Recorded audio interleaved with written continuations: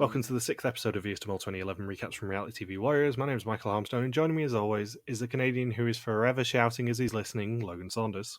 Good afternoon. And the guy who claims he has a 41 shoe size, but it's actually closer to 21, David Bindley. Who stole my towel? Bo Ryan, that's the problem.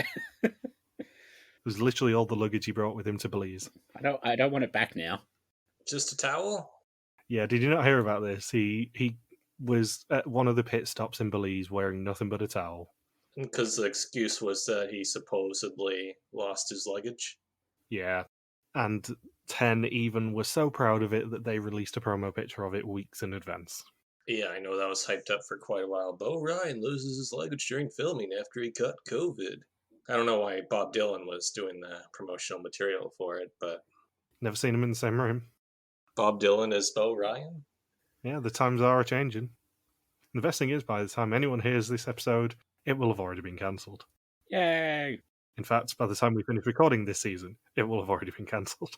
Yeah, they've only got, as of this recording, there's just one episode left because the schedule changed around so frequently that after airing 3 or 5 episodes in a row per week for the past 4 or 5 weeks, the final episode doesn't air for another 4 days.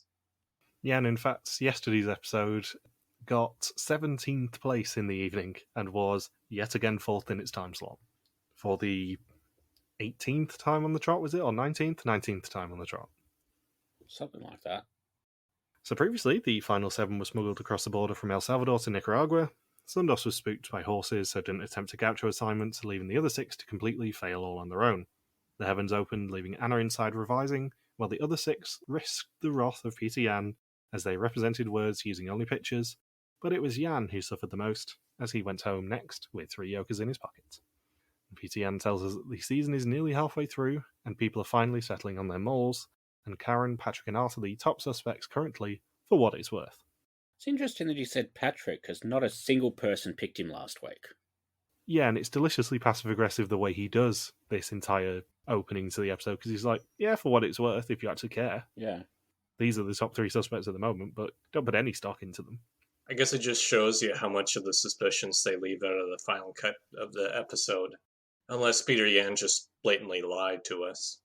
And the episode title is Your Fate in Your Own Hands. And they agree that it's bizarre that the group is only half what it used to be. Sundos and Art both say that they thought of Yan last night, but probably in different ways.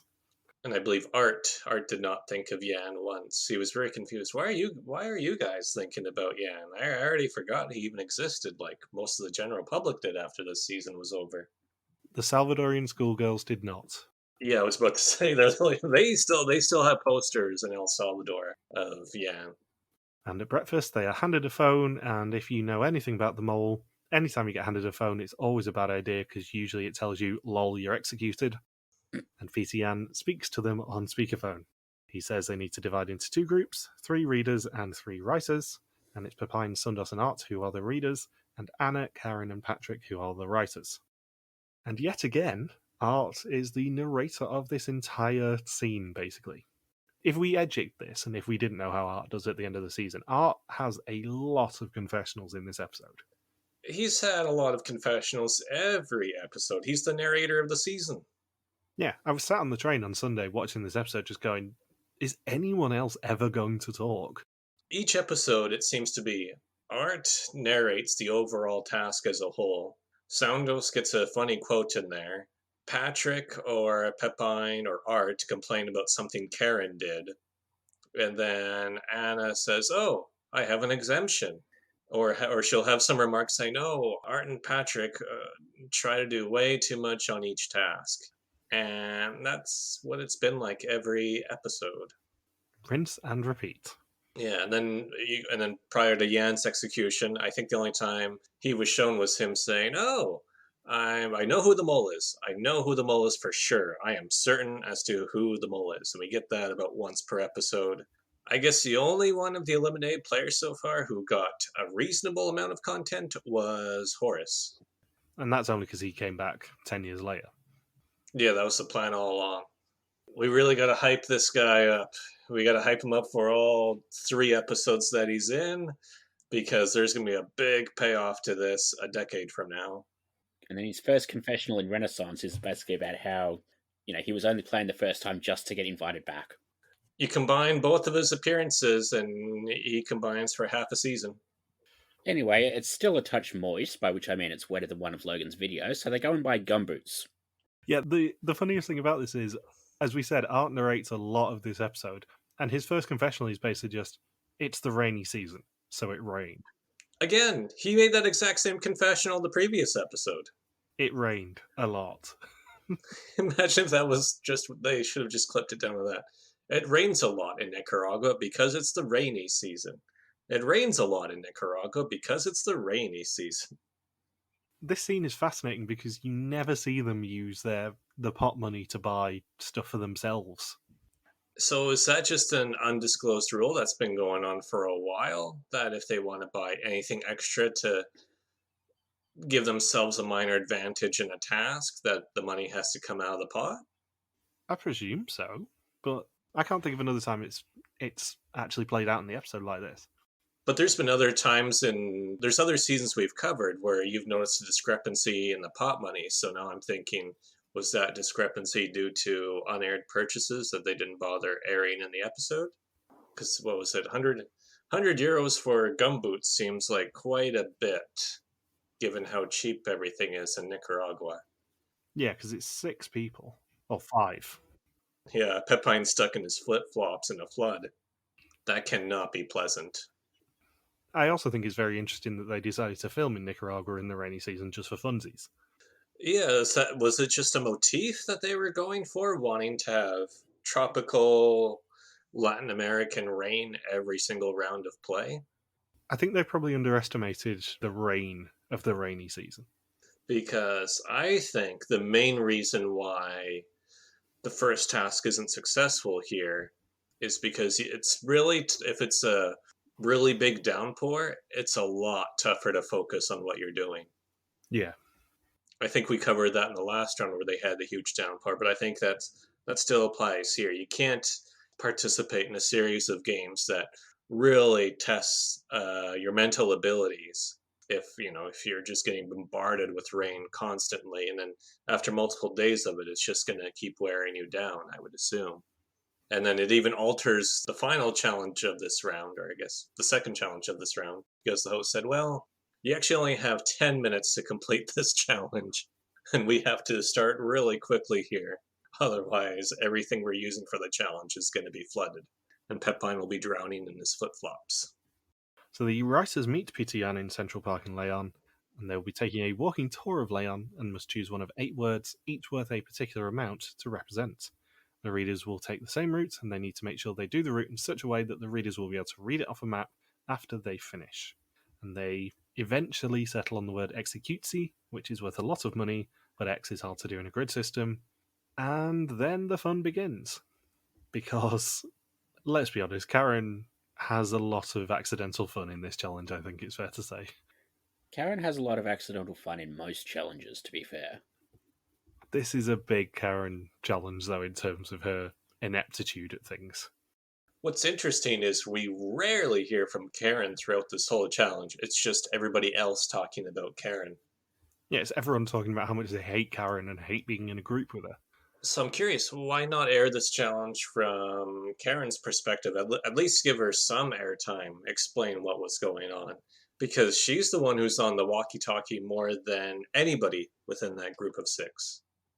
Because she fumbles it falls in through her shirt, it's in her hair, it gets tangled up in her hair, ends up on the ground, it ends up in St. Louis, Missouri somehow. This entire episode, or at least the first 2 challenges of this episode, are told very interestingly, though, because they're basically back to back in terms of nobody listening to Sundas in this first challenge, which they should have done, and then everyone listening to Sundas in the second challenge, and it actually being a success as a result. I think they've caught on that. I would presume that Soundos is not the mole. Well, we've heard bits of it during the season in the previous episodes of nobody trusting Sundas's opinion for whatever reason. Nobody trusts anything she says until the second challenge of this episode, for whatever reason. And then they just go all in on what she's saying. And then Patrick, who I guess has been to New York, says, oh, look at this map. The grid is just like New York. Well, he's an actor. He's probably been to Broadway at some point. Yeah, I just have a tough time thinking the layout of Leon, Nicaragua is the same as New York City. I don't recall Leon, Nicaragua having 5 boroughs. Lots of cities have grids, though. People know what grid systems are. Just not Patrick. So the readers then receive their phone and are given the instructions of the route to follow. Art and Pepine are thick as thieves and completely take over, and yet again no one listens to Sundas. Yes, Soundos just says, why am I even here for this challenge? She gets boxed out by Art and Pepine instantaneously. And they both shout into the phone like a pensioner listening to the wireless for the first time because it's raining that hard. I was thinking that's a huge disadvantage for this challenge if it's raining so hard that you can't even hear who's on the other side of the walkie-talkie. I feel like I know it's not production's problem if the weather isn't cooperating, but there should have been some sort of reprieve because as soon as it's just really, really intense rain and they can barely communicate through the walkie-talkie, which is a very critical and essential device for this challenge. Without it, you can't really do the challenge. Surprised there wasn't something implemented to balance things out, such as giving them extra time, because that becomes a huge deal. Where Art says, well, we wouldn't have played soccer with all of those school kids if we knew we were down to 3 minutes on the clock.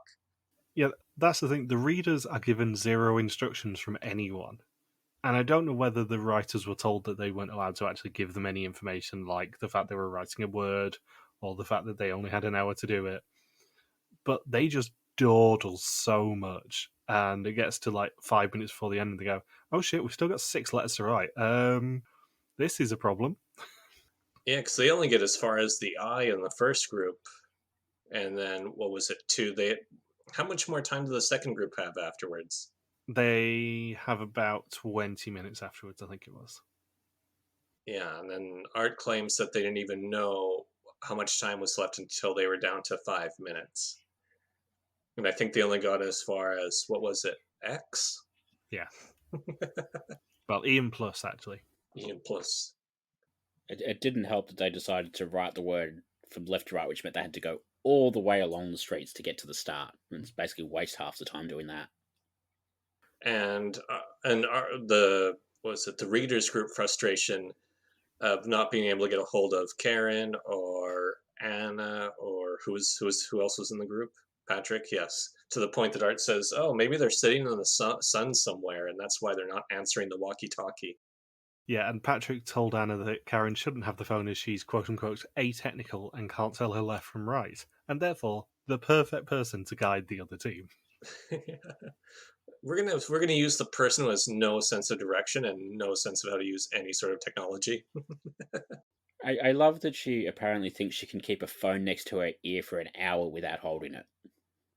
And one thing I noticed is that when Pepine is talking with Anna, things are starting to go a lot better, and he asks about why they're going on a specific route.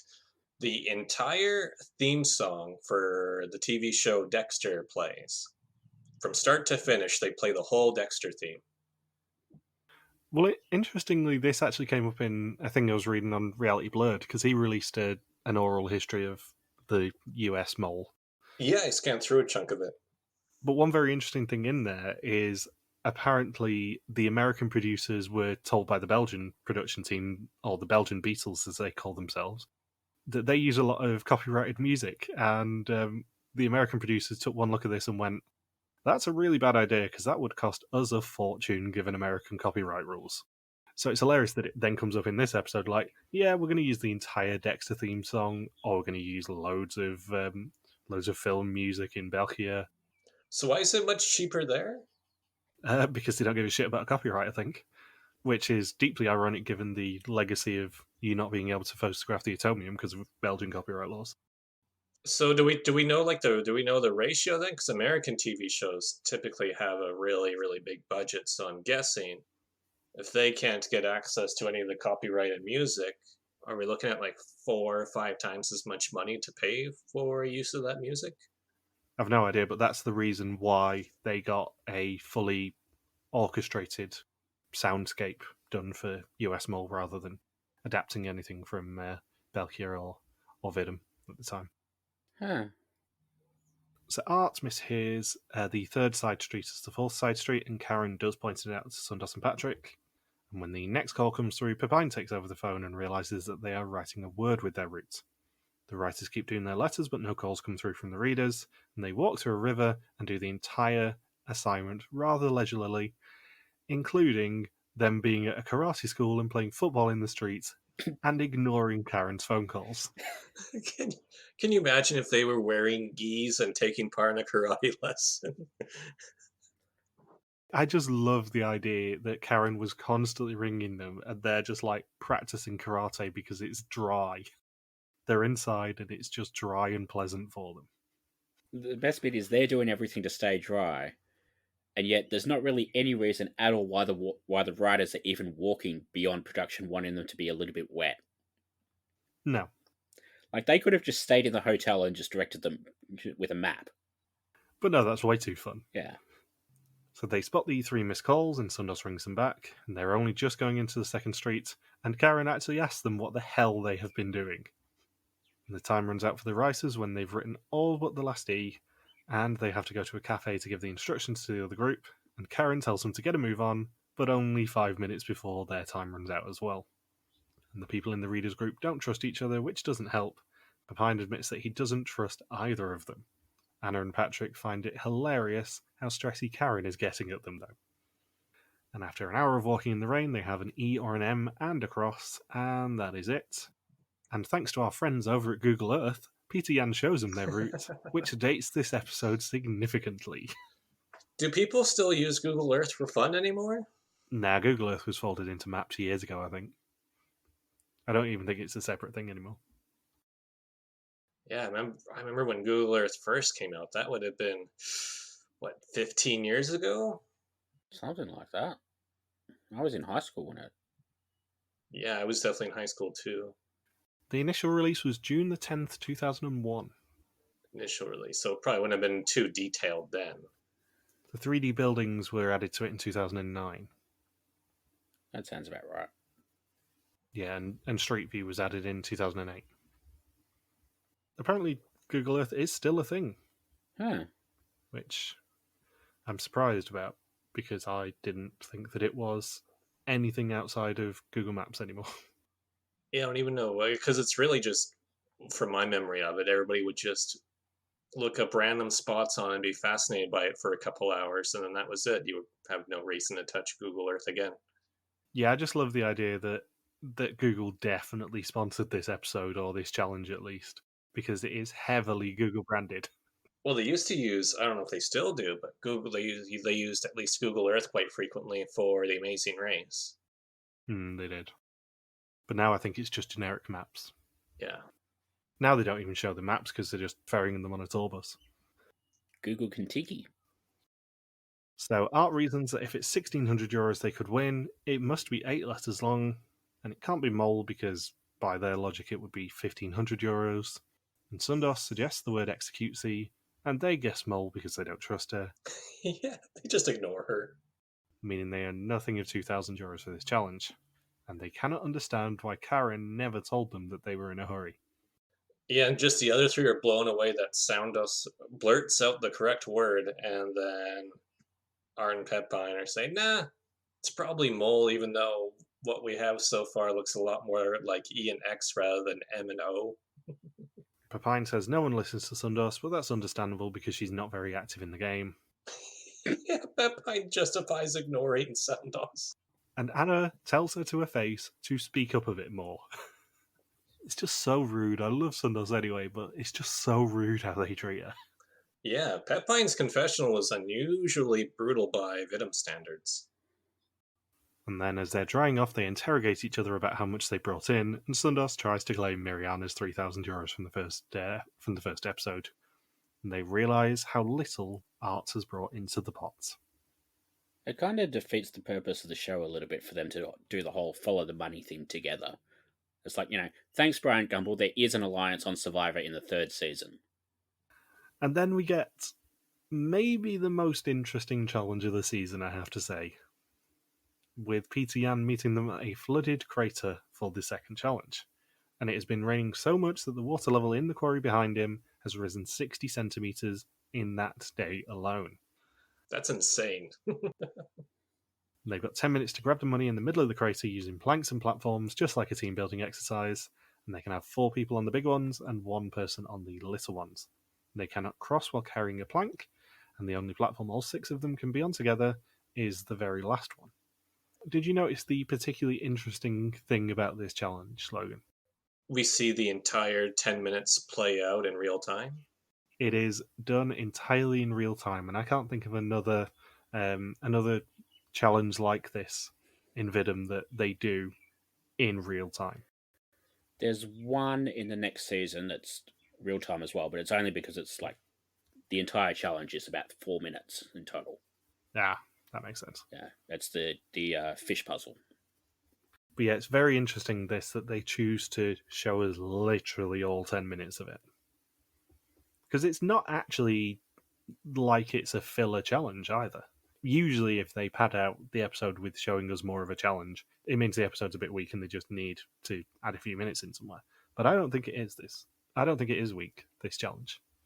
Yeah, I think it's because of it coming down to the last second and how far away they were in the even when you approach the last 90 seconds, that it's a really suspenseful challenge to see play out from start to finish.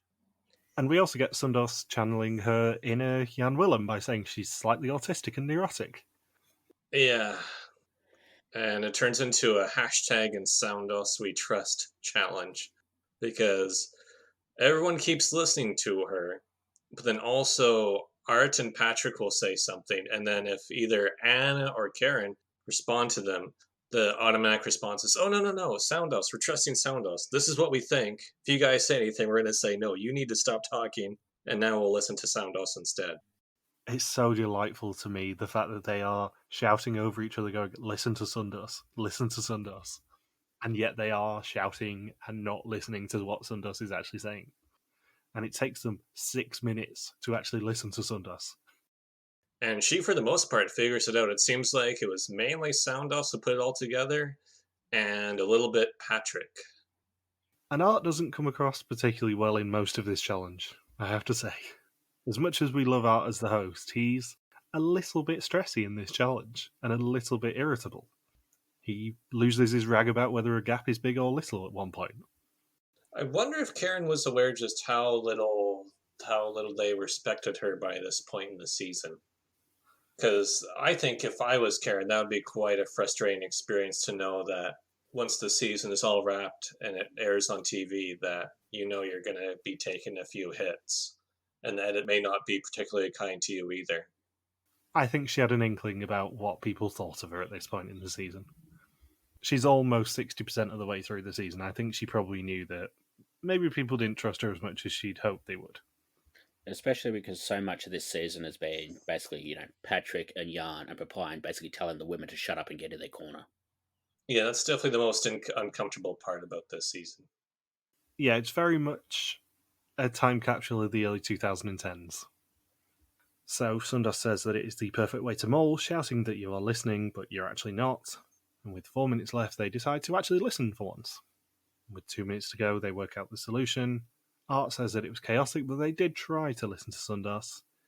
And with just 3 seconds left, they make it to the final platform and earn themselves €2,500 for the pot.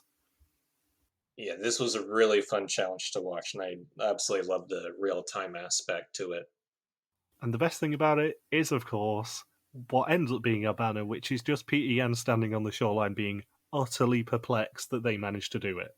Yeah, that was his complete and utter shock. Just what? He probably had his lines all prepared, all of his zingers to diss them, and that effectively gets thrown into the water. And then Soundos is probably aware that Peter Yan is eager to say something because she just shouts, "In your face." In your face, Peter Yan. It's another all-time Peter Yan moment because he's just so confused that these people managed to be successful for once. He doesn't know what to say. Well, even when there was 3 minutes left, they were much closer to the starting platform than they were to the finishing platform. And then it's not until 90 seconds that you think, oh, they're starting to make progress. And it's not until about 30 seconds that you think, No, they're not gonna. Oh, they're not gonna get that money, are they? I don't even think that we see Peter Yan commentate on them afterwards. He's just like, wow, I'm actually quite proud. I'm quite proud you did that. See you later. Yeah, he just hands them the money and just walks away. Yeah. He doesn't even do his usual roasting debrief because he's just so confused about how they managed to be successful. The best thing is, like, even during the challenge, the water level rises so much that it almost looks like they're walking on water by the end. Well, even when they were lifting, they had a tough time with the planks in the last minute too, because the one plank, I think Art had dipped almost all the way into the water and then have to pull it back up. Yeah, I think there was a genuine safety concern by the end of this challenge that they need to actually move, otherwise they're going to be swimming out of that crater. I wonder if they had it originally planned for 15, have it be 15 minutes, and then they measured how fast the water was rising. They say, oh, no. Let's just make it 10 minutes and whatever happens, happens. This challenge was also on Australia 6, was it not? Yep, and they basically did it in a tidal pool to sort of try and replicate the water level thing. Wasn't as fun, though. Of course it wasn't, because you didn't have Peter Yan there, and you didn't have Sundos taunting him at the end, and you didn't have Art just being a chaotic presence and nobody listening to Sundos. Weirdly, this challenge requires a level of incompetence. And usually we just require that from the producers of Australia 6, Germany 5, or indeed US 6. That's the level of incompetence we're used to. I assume the strategy as the mole here was to throw in as much chaos as possible, but because enough people got on board with the idea of letting Soundos talk, for the most part, that neutralizes the most effective way for the mole to sabotage this challenge, other than, say, agree with ideas that they knew would take them further away from the finish line. Yeah, chaos is the order of the day for both of these first two challenges. You just have to sow some sort of chaos. You just have to subtly contribute to the arguing or dissension, because this task is pretty much pure teamwork, where the teamwork in the form of whoever you can pinpoint as knowing the most about this challenge, let that person talk the most, and then everyone just sort of throw in their own ideas occasionally if the leader gets stuck. I joked about it at the start of the challenge, but it is a team-building exercise, this. This is the sort of thing that they do on work-away days. Yeah. Along with trust falls and bullshit like that. Do you think the mole would have had to do much during the first challenge? No. I think there is a preferred option for where the mole needs to be in this challenge, but I don't think that the mole really needed to do much at all in that first challenge. The rain was the biggest asset?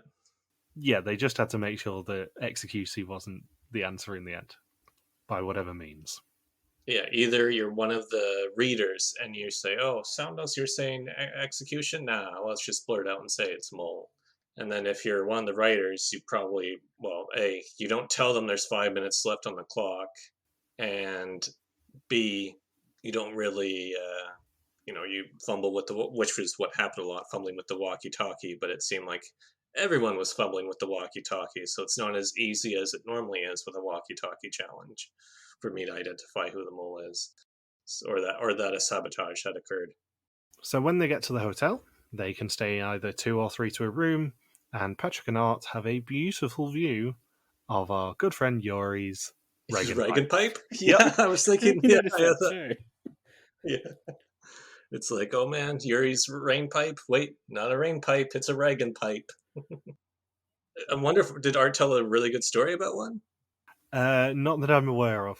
It was a few years too early for him to tell a great story about a Reagan pipe. What would that be? 8 years in advance of foreshadowing? 7 years? I mean, Reagan pipe is my Animal Crossing town name, in Yori's honor. And Peter Yan meets them on a beach, which reminds Art of the North Sea. And he demands €100 from the Pots because they bought their Wellington boots using pot money, and he tells them to prepare for test and execution. I love that he's just standing on the beach like he's about to yell at Karen to dig deep. Dig, woman, dig! Winning team goes to the volcano for a reward. I guess those 2 seasons would have filmed within about a year of each other, because Survivor Nicaragua would have been fall of 2010. Yeah, 2010 this filmed. I mean, we joke, but they do go to that volcano next episode. Yeah, they do. And they're all confused by not having a third challenge pre-test, and that means that they earned €2,400 of 4,500 for the episode, and 15,890 of 42,650 for the season so far. And Karen volunteers to go first at test, so the rest can study. And it is now time for the test. 20 questions about the identity and actions of the mole. Whoever knows least goes home except for the mole who can never go home. 20 questions, you say? 20 questions about the identity and actions of the mole. We're not starting And whoever with fuck off. And let me get this straight. I'm gonna Whoever cut this. knows I'm the gonna least cut is this. the one who goes home. I'm going to cut this. We're not starting this again. You troublesome, meddling kids. So Karen was on Jan and Patrick in the last test, and only Patrick is left. He didn't do anything suspicious in this episode, but he didn't exactly excel. And she throws some questions to Pepine too, as going all in is too risky. Pepine says that he could be completely wrong, in which case too bad, but he's convinced of it being one person and one person alone, and has no info on anyone else, so wouldn't make the finale if it isn't them. Sundos says that Patrick makes sure no money goes into the pot, he gives up too easily, Art too, but he could just be a candidate playing them all. Patrick suspects two people, Karen still, and Pepine. It would be strange if it wasn't Karen though. Anna says she didn't spread too much as she was sure a certain person was the mole, but she's not sure if going all in is a good idea. And Art suspected Patrick, Karen, and Jan at the last test, but Pepine does strange things, so he's splitting over the two leftovers and Pepine in this test. Does strange things. Does he when he eats pizza, does he start with the crust first and then works his way to the rest of the pizza? No, he's in the upside down. Oh. PCN then meets them and tells them that one of them has just got a red screen, and it's up to them to decide whether he will be showing it. Sundas goes first and picks two cards, and the remaining four are the colours for their final challenge of the episode, because it is time to play Mastermind in a mole fashion. Anna is assigned to blue, Pepine is white, Art orange, Patrick yellow, Karen green, and Sundas pink. And they have to lay towels out on the beach to play a version of Mastermind. The more rounds that they require, the more screens will need to be seen. Their first guess is pink, blue, orange, white, and they have two colours correct but in the wrong place. And that means that they know that Karen and Patrick's colours are both in the code. They then attempt green, yellow, pink, blue. Two colours are right but in the wrong place. And if they need two attempts, they'll see just one screen. 4 attempts is 2 screens, 5 is 3, 6 is 4, 8 is 5, and if they use all 10 attempts, they will see all the screens and have a guaranteed elimination. It's pretty tough to take more than 5 attempts at this, right? Yeah, they do get lucky in that they manage to find out immediately that Patrick and Karen's colours are required. So the logical second move is put Karen and Patrick in and take 2 of them out and see whether they manage to get all 4 colours, and then just work on the order after that. You should be able to work out the colours within 3 moves here, and then it's just a case of working out the order. Yeah, except, well, after the second attempt, they knew not to use Soundos and Anna anymore. Yeah, so after the second attempt, they work out that Sundos and Anna are the 2 that they don't need, and then after that point, they just need to work on the order and try and work it out. Yeah, and just make sure the other 4 weren't standing in the same position as they were during the first 2 rounds. Yeah, and it's also an interesting challenge because the mole really doesn't have to do anything. The mole has no impetus here. The mole obviously would prefer for a non-elimination episode. Yeah, more room to hide. But I don't think the mole really cares that much or even has any prior knowledge. Yeah, it's that one fun challenge for the mole where they get to behave like a contestant. Yeah, you can't read anything into this challenge in terms of suspicions, I don't think. No.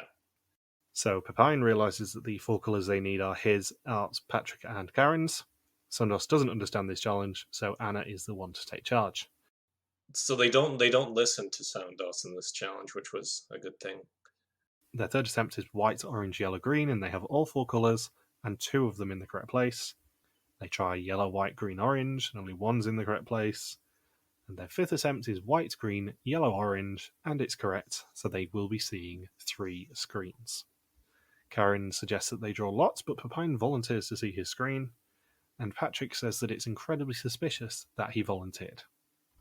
Yeah, Art lays it out, because we've always debated, do you want to see your screen in a round where only a few people get to see their screens? Because this comes up almost every season.